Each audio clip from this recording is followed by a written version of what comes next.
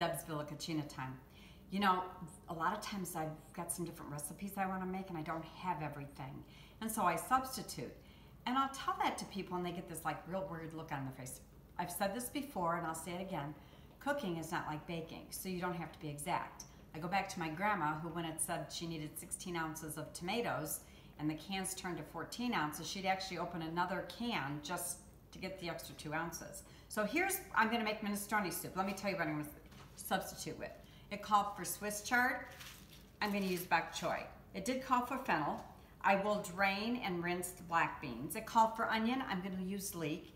It called for 3 quarts of water and the rest water. It'll give it a little bit more flavor. It called for squash or something. I don't have it, but I had sweet potatoes, so I thought I'd try that. I think that's all the substitutes. So I'll put it all together and I'll show you how good it is. Again, like I said, don't forget to rinse your beans.